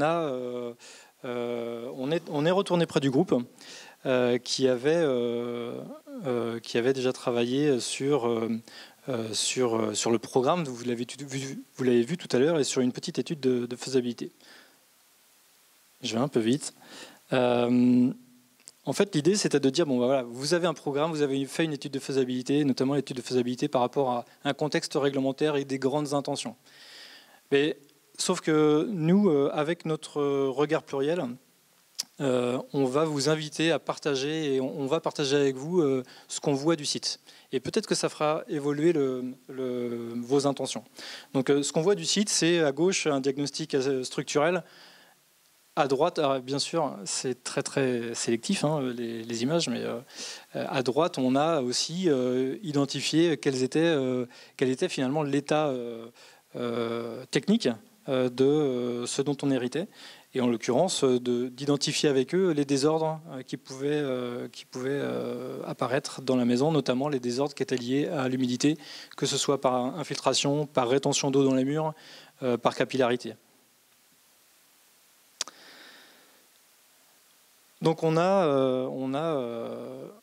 hérite de l'Espinoze. Donc la maison de l'Espinoze, c'est une maison XVIIe siècle qui a été transformée dans un style, alors par rapport à ce qu'on a par ailleurs à Clisson, là où on a un style italien, disons néo-italien. L'Espinoze, elle est dans un style vraiment sudois. On n'a pas de, voilà, on a une grande différence entre les deux. Et donc ça fait partie de notre architecture patrimoniale. On a l'Espinoze, on a aussi la maison du jardinier qui lui fait face et qui a finalement un attrait réglementaire, ou en tout cas un contexte réglementaire un peu moins contraignant. Mais pour autant, nous, quand on y est allé, on lui a trouvé beaucoup d'intérêt patrimonial à travers des petits éléments qui étaient certes plus modestes que l'Espinoze, mais aussi moins retouchés, moins remaniés, plus observables dans leur jus quelque part.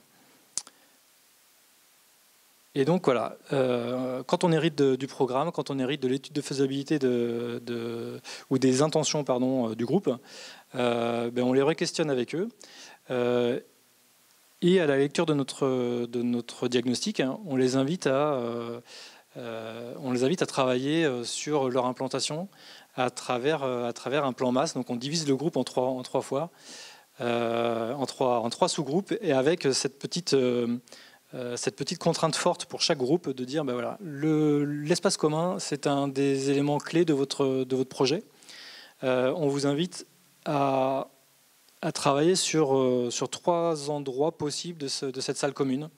Donc l'Espinoze, la maison du jardinier, ou au contraire de faire une salle commune ex nihilo. Et donc ils travaillent sur ce plan masse et sur ce plan d'implantation. L'idée, c'était pas du tout d'avoir à reprendre avec eux, et à prendre tel quel leur plan d'implantation. C'était plutôt de dire travailler, et nous on va écouter ce que vous avez dit, ce que vous avez à dire et pourquoi vous l'avez fait dans ce sens-là. Avoir une lecture aussi sensible du site. À la suite de ça, en fait, avec ce qu'ils nous avaient dit, on a essayé de travailler, de partager avec eux des partis pris forts pour le projet. L'un des partis pris, c'était de dire on va essayer on hérite de bâti, on hérite d'un superbe site, donc on va essayer de maximaliser, optimiser l'existant. Par exemple, ça passe par exemple dans l'envie de mettre un maximum de logements dans l'Espinoze. Pour que, alors l'intérêt qu'on y voyait, c'était de dire plus on en met dans l'Espinoze, plus on l'optimise, et moins on a à construire sur un site qui est sensible et qui nous tient à cœur. Et là, on se heurte un peu. Alors, donc c'est un parti pris globalement qui fait consensus. Par contre, on se heurte aussi à l'imbrication et aux vœux des uns et des autres sur je veux être dans l'existant, ou alors je veux être dans le neuf. Voilà. Je veux être au rez-de-chaussée, ou je veux être à l'étage, je veux être plein sud, etc. Donc on se heurte aussi à ça en disant en fait, de notre vœu partagé de dire optimisons l'existant, réussissons à caser 4 logements. À un moment donné, on n'y arrive pas en fait, et on se on revient sur plutôt 3 logements dans l'Espinouse et le reste ailleurs. À ce stade, je tiens à rappeler un truc hyper important, c'est qu'on est aujourd'hui sur un projet en cours. Donc ça veut dire que toutes les illustrations que vous voyez ici sont du travail en cours. Que à la fois, on en est à l'APS aujourd'hui, et donc à l'esquisse, un petit peu plus loin que l'esquisse, pour vulgariser, et qu'on est sur des intentions. Ces intentions, elles sont encore en train d'être travaillées avec les habitants, et elles n'ont pas subi le filtre ni de l'environnement instruction, ni de l'architecte des bâtiments de France. Donc évidemment, tout ce que vous voyez ici, c'est à prendre avec beaucoup de pincettes, et je pense qu'on a encore beaucoup d'évolutions à venir sur le résultat final et sur les futures photos du résultat final. Pour faire court, les intentions qu'on a partagées, c'était de mettre l'espace commun et donc la salle commune en interface et en espace signal vis-à-vis du quartier. Et le meilleur signal qu'on a trouvé, c'était de le mettre au niveau de la maison du jardinier. En plus, on profitait d'un superbe enclos clos de très beaux murs. On est en contact direct avec l'extérieur. Donc il y a à la fois une relation hyper simple avec l'extérieur, et aussi une intimité possible du groupe qui reçoit dans les communs sans pour autant déranger l'ensemble du groupe et des voisins. Un des autres partis pris, c'était de dire optimisons le bâti, je l'ai dit, pour limiter, pour minimiser l'emprise au sol. Et puis, bien sûr, construisant dans une démarche bioclimatique. Et quand vous avez vu tout à l'heure les schémas d'intention qui étaient tout orientés vers le parc, avec une espèce de... Enfin, le parc et les vues sur le parc sont superbes. Mais du coup, ça en devient presque... Enfin, on oublie de construire dans une démarche bioclimatique. Et en fait, l'objet, c'était aussi de leur dire, on peut faire les deux. On peut voir le parc. On peut avoir une très belle approche bioclimatique et une très belle orientation, qui est quand même un bon départ pour un projet et pour un projet de construction. C'était aussi le souhait d'être aimable vis-à-vis de l'environnement et des ombres portées qu'on pouvait se faire sur soi et aussi qu'on pouvait faire sur le quartier. Je passe très vite. Donc évidemment, un des premiers travaux, ça a été de travailler avec eux et de concevoir avec eux les éléments communs. Donc on retrouve des éléments habituels que sont la salle commune, un atelier de bricolage, une chambre d'amis partagée, etc. La chambre, pas les amis. Donc on a parlé de l'Espinouse, on a parlé de la maison du jardinier, et puis il y avait toute une partie à construire en neuf. Et là, ce qui nous a guidés, c'était le fait d'abord d'être assez attentif à qui voulait du sud, qui voulait de l'ouest, qui avait très envie d'avoir du soleil et qui, au contraire, voulait s'en protéger. Et voilà, c'est un jeu de Tetris pas facile. On se gratte un peu la tête quand on reçoit le tableau, mais l'objectif, c'est d'essayer de contenter tout le monde. Et puis, dans cette partie neuve, on avait un souhait assez fort, c'était de jouer avec la topographie, et donc avec des jeux de demi-niveau, et aussi d'articuler tous les logements, de les ventiler autour d'une seule et même circulation verticale, pour essayer de pousser très loin. On ne sait pas encore jusqu'où ça nous emmènera, mais de pousser très loin l'idée d'accessibilité, et donc la possibilité d'avoir un ascenseur. Donc c'est ce que vous voyez. La circulation verticale commune, c'est celle que vous voyez ici. Elle se veut évidemment très généreuse, puisque c'est ce qu'on voit aussi à travers pas mal de projets. C'est aussi des lieux de sociabilisation, des lieux de voisinage et des lieux de rencontre très faciles et plutôt adaptés.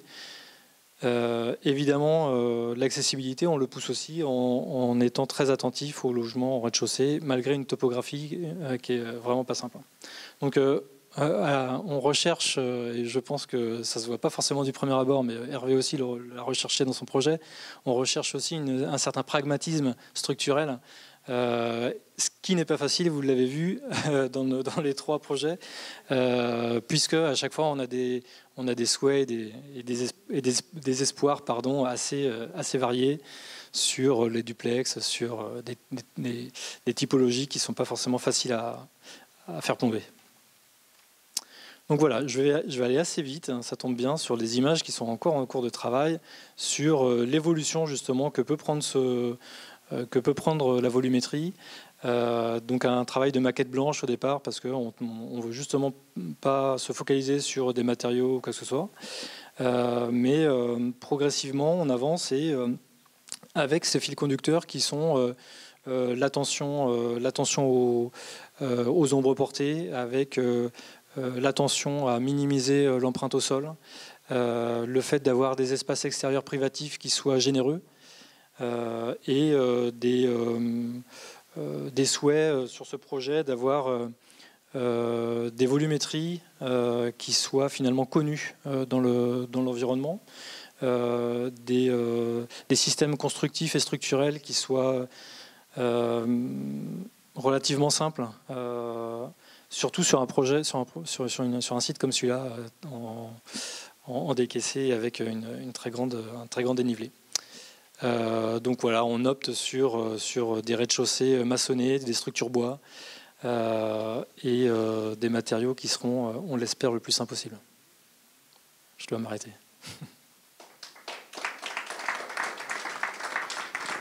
Je suis Mathieu Daubigny du groupe ARC, un promoteur classique.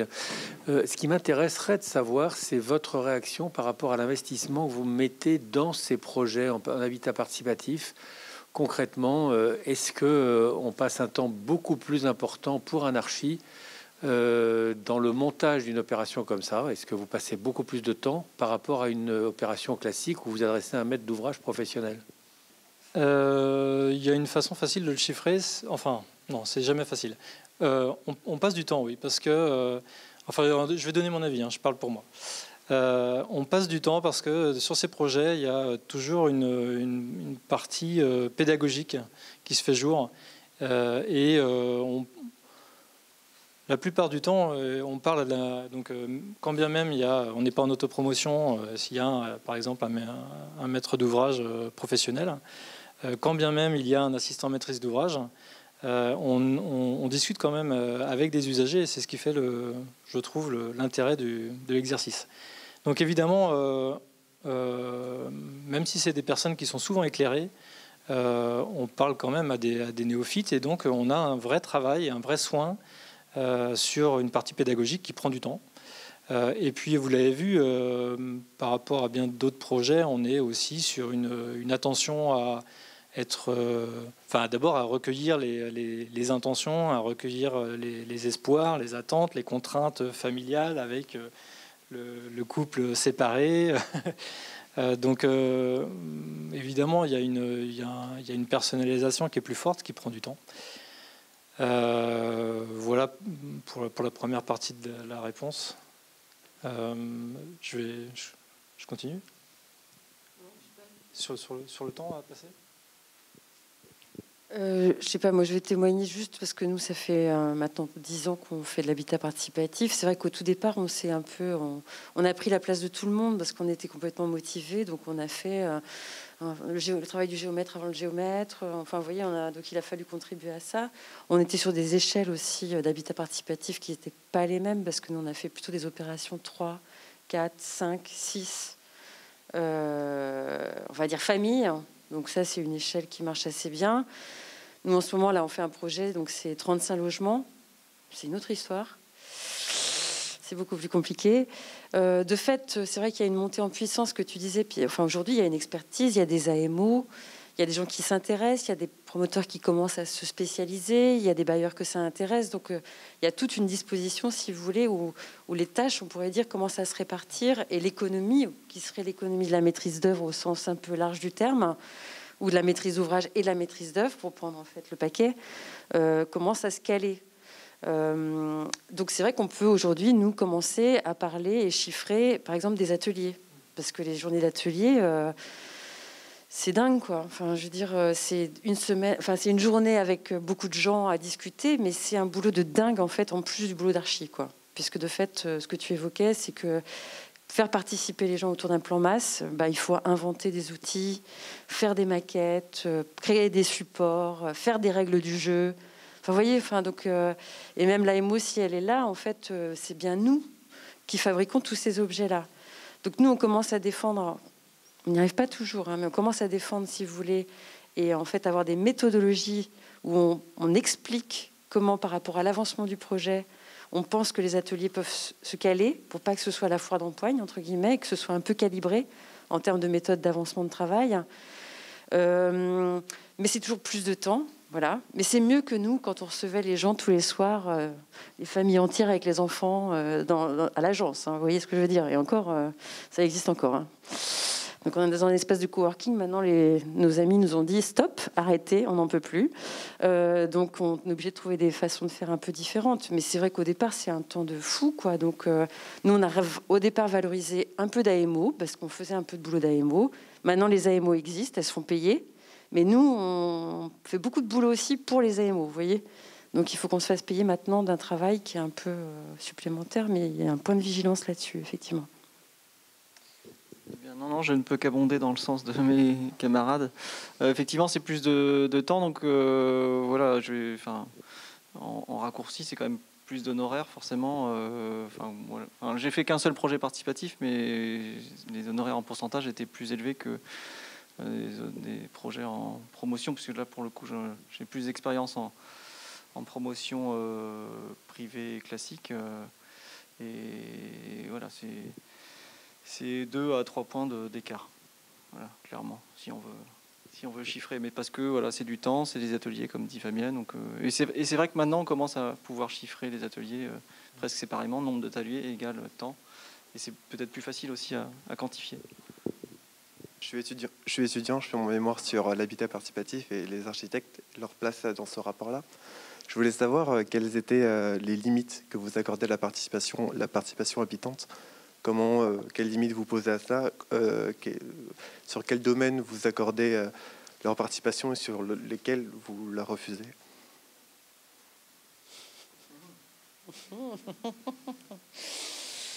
Je sais pas. Non, je vais rebondir un tout petit peu là-dessus. Pour moi, après les autres vont témoigner, nous on a eu les premières expériences où on était en autopromotion avec les gens en direct dans une discussion. Mais je dirais qu'on faisait un boulot d'archi face à 3-4 personnes comme on le ferait avec un individu. D'accord? Donc dans un rapport, ça c'est possible, ça c'est pas possible. Ça se joue pas. Donc ça, je parle du projet en général. Et après, nous, on a une règle qui est celle de l'équité. C'est-à-dire que nous, on pose la question, si vous voulez, quand on habite 3 APAN, on a tous le même nombre de fenêtres. Vous voyez ce que je veux dire? C'est que, voilà. Donc, nous, tout départ, pour trouver en fait, cette règle-là, on avait dissocié déjà en fait, tout ce qui était travaux d'aménagement intérieur par rapport au clos couvert. Parce qu'il y a celui qui veut du parquet, et puis il y a celui qui veut du plastique, et puis il y a celui qui veut un lavabo en or, et celui qui ne peut pas se payer. D'accord? Après, il y a une obligation en termes en fait, de livraison, c'est-à-dire que quand on livre, c'est livré à habiter. C'est une histoire de règles financières. On ne peut pas laisser... en tout cas, nous, on n'a pas fait de l'autoconstruction, peut-être vous, mais c'est compliqué. Mais par contre, c'est une vraie problématique de gestion, si tu veux, à mon sens, nous, on a 2 propos, c'est qu'on défend toujours on a le projet individuel, c'est ce qu'a très bien raconté, ce que tu as raconté, c'est-à-dire comment on répond à l'attente individuelle et comment on passe du temps avec les gens et comment on va habiter suivant leur désirata. Et puis en même temps, il y a le projet collectif. Nous, on a toujours dit, non, on ne fera pas les 3 cabanes des petits cochons. Là. Vous voyez ce que je veux dire? Moi, je veux ma façade rouge, lui veut sa façade verte, moi, je veux une fenêtre ronde. Et voilà, nous on pense pas ça. Nous, on pense qu'en fait, ça donne la possibilité de construire une entité architecturale partagée et c'est pas une juxtaposition d'individus, mais on partage aussi un projet. Et nous, on est garant en tant qu'architecte d'un ensemble. Et c'est pas parce qu'on assemble 15 familles qu'on a 15 maisons. Voilà. Moi, je sais pas comment faire à dire autrement. Donc ça, pour moi, c'est une règle en fait de de ce que j'ai envie de faire en architecture. Et donc le participatif, pour moi, c'est du collectif et de l'individuel. Il faut trouver la quote-part et la bienséance entre ces échelles-là, quoi. C'est vrai que dans le même sens que dit Fabienne, sur le projet de la montagne, il y avait un consensus assez presque tacite entre nous et les habitants, parce qu'effectivement, ils nous avaient aussi choisi pour les projets qu'on faisait, donc en non participatif. Et c'est vrai qu'eux ne souhaitaient pas, ils nous l'ont dit assez tôt, comme l'a dit Fabienne, ils ne souhaitaient pas avoir différencier ou identifier chaque type d'habitat. C'est-à-dire qu'effectivement, pas de façade rouge parce que je veux du rouge, pas de façade bleue, pas de façade, voilà, pas d'ouverture. Et donc, il y a eu un consensus dans ce projet-là, c'est tacite et assez rapide sur une forme d'homogénéité dans l'expression du projet. Parce qu'ils ne voulaient pas différencier le T1 vers le T5, et on le voit d'ailleurs dans le, enfin vous l'avez vu dans le projet, on ne peut pas lire forcément les typos par rapport à la forme extérieure. Donc ça, c'était un consensus. Je ne sais pas si c'est la même chose pour tous les groupes, mais en tout cas, c'était partagé. Après, nous, il y a des choses sur lesquelles... Si on n'avait pas été en face d'usagers, je pense que, voilà, mais ça c'est des discussions qu'on a eues assez tôt. Moi, j'aurais souhaité une enveloppe bardée en bois toute hauteur avec un bardage vertical. Ça, il y avait un souhait chez eux, par exemple, d'avoir vraiment de l'enduitaire initialement dans le projet. Donc ça a été des discussions et effectivement, là, pour le coup, j'ai lâché ce que je n'aurais pas forcément fait avec un maître d'ouvrage classique. Pareil sur le bardage, je ne suis pas fan du bardage horizontal, en lame horizontale, j'aurais préféré des lames verticales, mais voilà, ça aussi c'est des choix esthétiques sur lesquels j'ai pris sur moi, c'est des genres de choses que j'ai appris aussi à faire, mais et effectivement là aussi c'est en fonction de... Enfin, c'est un peu aussi une aventure perso, hein, de se découvrir, accepter des trucs que j'aurais peut-être pas fait plus jeune. Voilà. Je suis entièrement d'accord avec tout ce qui vient de se dire. Je vais juste rajouter un point, c'est qu'on on arrive aussi sur des projets avec des formes qui nous amènent à ne pas personnaliser à outrance les projets et donc à essayer d'emmener loin une idée de collectif, enfin de projet collectif et de projet d'ensemble, à la manière de ce que disait tout à l'heure Fabienne. C'est le fait d'avoir, par exemple, d'être sous forme coopérative. Et auquel cas, effectivement, on n'est pas propriétaire de son logement, donc ça veut dire qu'on est occupant à un temps, et puis un temps, on ne le sera plus. Donc ça, c'est une des premières formes qui plaide aussi, et quelque part qui nous aide, je trouve, à avoir une certaine cohérence, parce qu'effectivement, c'est pas toujours facile de tenir, notamment sur les menuiseries. Il y a un autre élément, c'est que souvent, on est sur une maîtrise d'ouvrage qui est professionnelle. Lui, le maître d'ouvrage, il a tout intérêt à ce que le logement, le plan, le projet globalement ne soit pas hyper personnifié, personnalisé, parce qu'on n'est jamais sûr que la personne avec qui on a commencé au départ, elle sera là à la fin. C'est quand même assez classique et assez récurrent sur un projet qu'on ait des départs et heureusement des arrivées. Mais ça veut dire qu'un projet qui serait par trop personnalisé et qui aurait quelque part reçu les couleurs d'un vœu fort d'une personne se verrait un peu handicapé du fait, à la suite d'un départ, parce que cette personnalisation, elle serait difficile à se réapproprier pour la personne qui revient. Donc ça veut dire qu'on est aussi garant d'une certaine, au-delà de l'aspect architectural, qui nous est cher, on est aussi garant d'une certaine homogénéité dans le temps du projet, au moins jusqu'à ce que par exemple, pour un promoteur, les projets les logements soient vendus, par exemple. Oui, bonsoir, Clarisse Cougnon, je suis architecte du patrimoine. J'avais une question qui était savoir pour vous la jauge idéale, parce que Fabienne dit 35, a priori c'est beaucoup. Je parle d'occupants par la suite, et pour animer tous ces ateliers, et après pour concevoir ensemble quand même si vous restez concepteur, il y a quand même une part de participation de ces futurs occupants. Apparemment 22 pour Guinépotin, Hervé, t'as pas l'air de dire que le nombre c'était gênant. Comment ? 35 familles. 35 familles, ouais, c'est énorme. Ouais, d'accord. Et j'ai pas compris pour Cartouche combien de personnes devaient venir sur le site ensuite. Alors, il y a 13 familles, en tout cas. 13. Ouais. Et les petites sœurs, qu'est-ce que vous en faites? Elles font partie c'est un foyer. Elles sont un peu à C'est part un foyer. et elles restent dans la maison principale là où... Non, elles ne resteront pas dans la maison principale, Ouais, mais elles font partie des 13 foyers en l'occurrence, ouais. D'accord. Et d'une certaine forme de colocation. Ouais.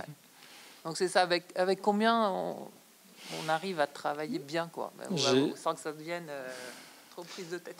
Alors j'ai le micro, je commence, mais sincèrement, moi, j'ai pas d'idée toute faite sur un nombre idéal. Et même, pour avoir posé moi-même la question auprès d'une sociologue, où on parlait justement, au contraire, de l'après. Elle non plus n'avait pas de réponse toute faite. Je pense qu'on peut faire de l'habitat participatif à 2, à 3. Nos amis, souvent helvètes, bataves, sont habitués à des projets vraiment de très très grande ampleur.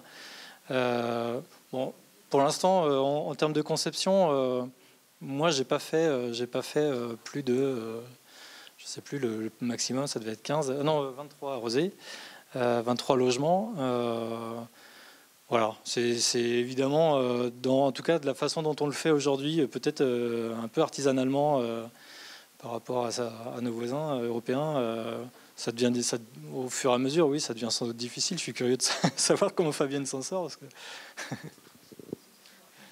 Non, mais après, je pense, si tu veux, que c'est aussi vachement attaché au lieu, et à la forme. Alors, on revient sur la typologie, par exemple. Si tu prends des exemples, je sais pas, le très bel exemple qu'il y a là, à Bruxelles, en fait, c'est un grand ensemble collectif. Je dirais que l'orientation est la même pour tout le monde. La distribution, tu peux la répéter. Enfin, je veux dire, tu vois, cette règle un peu de où tu es.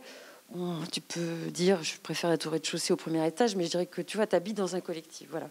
Quand tu passes sur la forme intermédiaire, et je pense que c'est un peu le propos aussi que tu évoquais, c'est que nous, enfin, l'occurrence, ce qui est compliqué sur Bautières-Chénel, sur les 35, c'est que sur la partie intermédiaire, on a un plan masse qui doit s'établir avec l'urbaniste, avec un travail de partage des espaces extérieurs, et tout va bien. Mais finalement, on crée 3 plots, 3 orientations différentes, 3 situations sur la parcelle. D'accord ? Et là, de fait, ça devient beaucoup plus complexe. Tu vois, enfin, je sais pas comment te dire. Donc, je pense que c'est aussi intimement lié finalement, au modèle entre guillemets dans lequel tu es. Où plus t'en donnes, plus les gens ont la possibilité de choisir, et plus tu donnes de choix, plus c'est compliqué à positionner. Vous voyez, enfin, donc il y a, je sais pas, il y a des subtilités, j'imagine aussi entre ce qui fait modèle, ce que les gens se projettent, et si les situations sont les mêmes ou pas les mêmes. Et puis peut-être qu'à 25, si tout le monde est d'accord, ça se passe hyper bien. Hein. Après, à vivre, je pense par contre que c'est illimité, parce que je pense que tout le monde pourrait vivre comme ça. Mais... Non, mais je peux que être d'accord. Enfin, en tout cas, je pense que c'est lié au modèle, au contexte, à l'implantation, au site, et puis même au groupe d'habitants, puisque par exemple à la montagne, donc 12 foyers, 22 habitants. Finalement, on est allé quasiment sur un planning de logement avec un bailleur ou un promoteur classique. Hein. On gagne en janvier 2017 et ils ont habité en mars 2020. Donc c'est quand même allé assez vite. Peut-être qu'on aurait pu en faire un peu plus, mais je pense qu'avec un groupe moins soudé, plus compliqué, etc., là pour le coup ça dérape et je ne sais pas si on peut en faire plus de 10. Donc ça dépend pas mal de paramètres, à mon avis. En fait, on parle beaucoup des ateliers, de la collecte aussi, de la demande, etc. On dit de l'autre côté que l'architecte, c'est la mémoire d'un projet. Est-ce que vous avez vu une vraie modification dans votre métier entre des projets participatifs et des projets non participatifs sur la manière de faire mémoire du projet? Et est-ce que c'est plus dur, plus facile de partager? Parce que 35 logements, ça doit prendre la tête. Je pense que... mais au-delà de ça, c'est-à-dire que est-ce que ça a changé votre manière de faire la mémoire d'un projet d'architecture? Dans votre manière de travailler, c'est-à-dire qu'il y a beaucoup de temps à passer avec les habitants, au-delà de déjà toutes les prises de tête de compréhension du contexte, de précision du projet. Du coup, il y a cette question de faire mémoire, de garder la traçabilité des choix. C'est facile quand on a à la fois participé aux ateliers et à la fois conçu le projet. Mais du coup, au bout d'un moment, il va falloir partager la tâche, organiser la répartition des tâches dans un projet. Et du coup, est-ce que vous y voyez une vraie modification dans votre métier ou pas? Je ne sais pas si je suis clair. Non, Pierre-Yves, non, je te vois faire oui, non. Bah sinon, j'annule ma question et je reviens à ma question de départ. Non, mais enfin, peut-être que si la question n'est pas claire, peut-être que je vais répondre à côté. Ouais. En fait, moi, tu parlais d'évolution. Alors, généralement, on s'est pas mis à faire que du projet participatif, hein. Et on n'a pas abandonné les autres projets. Heureusement, on fait un peu de tout. Ce qui est intéressant à travers ces projets-là, c'est que tout à l'heure, je parlais de pédagogie, et donc je trouve que du coup, le projet de Clisson est révélateur de ça. C'est-à-dire qu'on prend la matière première, qui sont leurs intentions, etc. Mais on les re-questionne ces questions et on les re-questionne. Donc nous, on leur apporte aussi la matière. C'est-à-dire qu'il y a un vrai échange qu'on n'a sans doute pas dans les autres projets où on est à la limite peut-être livré à nous-mêmes quelque part. Et là, donc, on s'autorise dans ces projets-là à faire un échange, à faire un aller-retour entre leurs intentions, notre lecture du site, la leur, qui devient matière première, etc. Et en fait, à la fin, donc on leur propose des partis pris. Donc, quand tu parles de mémoire et de lignes comme ça du projet, on leur propose des partis pris et des orientations d'un projet, mais c'est toujours quelque part eux qui nous ont apporté la matière. Et surtout, ces partis pris, on les a façonnés ensemble et quelque part, c'est eux qui les ont choisis. C'est-à-dire que, en tout cas, chez Cartouche, on n'assiste pas au vote. Et ils sont libres de choisir les orientations ou pas qu'on a apportées. Et en fait, on parlait de méthodologie aussi tout à l'heure. Il y a un truc qui est hyper important, c'est cette marche en avant. Et je pense qu'on n'atteint pas un calendrier qui ne dérape pas sans avoir cette marche en avant, à la fois souple, mais dont on garde collectivement mémoire. Et donc les partis pris, on a soin de les rappeler à chaque étape, de dire voilà. Vous vous souvenez, là, on est parti de là. En fait, on est parti à l'esquisse, on est parti de ces partis pris-là, et tous ensemble. Et après, on a affiné et on a choisi ces éléments-là, etc., etc. Et donc, je pense qu'effectivement, c'est en ça peut-être que le processus de mémoire, il change. C'est que il est partagé et surtout, il est bien communiqué, et il est bien retravaillé. Enfin, il est bien travaillé dans la longueur avec eux, avec les habitants. Oh bah merci. Non, moi j'aimerais bien juste dire, enfin nous on a fait après 4-5 projets en fait de participatif, on a demandé à quelqu'un qui est à l'agence de faire des entretiens avec les habitants, d'aller réinterroger en fait les personnes pour qui on avait travaillé et construit. Parce qu'on s'est posé la question de ce que c'était en fait participatif. Je suis désolée de poser cette question comme ça. Je suis pas sûre d'avoir toujours la réponse, moi. L'idée, c'était de réinterroger les personnes justement pour dire mais qu'est-ce qui fait dans la relation qu'on a eue avec vous, dans la construction, dans vos désirs, dans ce qu'on a mis en œuvre, qu'est-ce qui fait participatif? Et c'était vachement intéressant parce qu'au-delà de la question de la méthode, de comment on travaille avec les gens, comment on entérine, parfois, moi, j'ai le sentiment qu'on fait le même boulot, si tu veux. Alors, de fait, il y a une méthodologie, il y a un avancement, il y a du collectif, il y a de l'individuel. Enfin, voilà, il y a cette mécanique, si tu veux, du passage du 1 à 15, du 1 à 35 ou je sais pas quoi. Mais je dirais que déjà, ce boulot-là, maintenant, ils le font en amont. Hein. Les groupes, on les récupère, ils ont déjà appris, discuté... ils sont entendus, ils sont vachement forts en fait, de plus en plus forts je trouve. En tout cas, c'est incroyable. Ça fait 2 ans qu'ils font tous les dimanches tous ensemble. Il faut y aller. Donc si tu veux, ils sont quand même vachement. Et moi je me dis, mais en fait on fait le même boulot quoi. Si tu veux pour moi. Et c'est vrai que si tu veux, les habitants, ce qu'ils ont pu... voilà, je pourrais vous passer le petit bouquin, mais ce que disent les habitants, c'est qu'en fait, et c'est ce qui se passe là encore avec le dernier atelier, c'est avec les 35 logements, c'est que on attend que l'architecte nous propose, on attend que l'architecte fasse. Je veux dire, on fait le même travail. Enfin, pour moi, après, il y a cette mécanique du individuel et ensemble, mais pour moi, c'est le même taf, quoi. Je ne sais pas comment je peux dire plus clair. Non, merci de la réponse.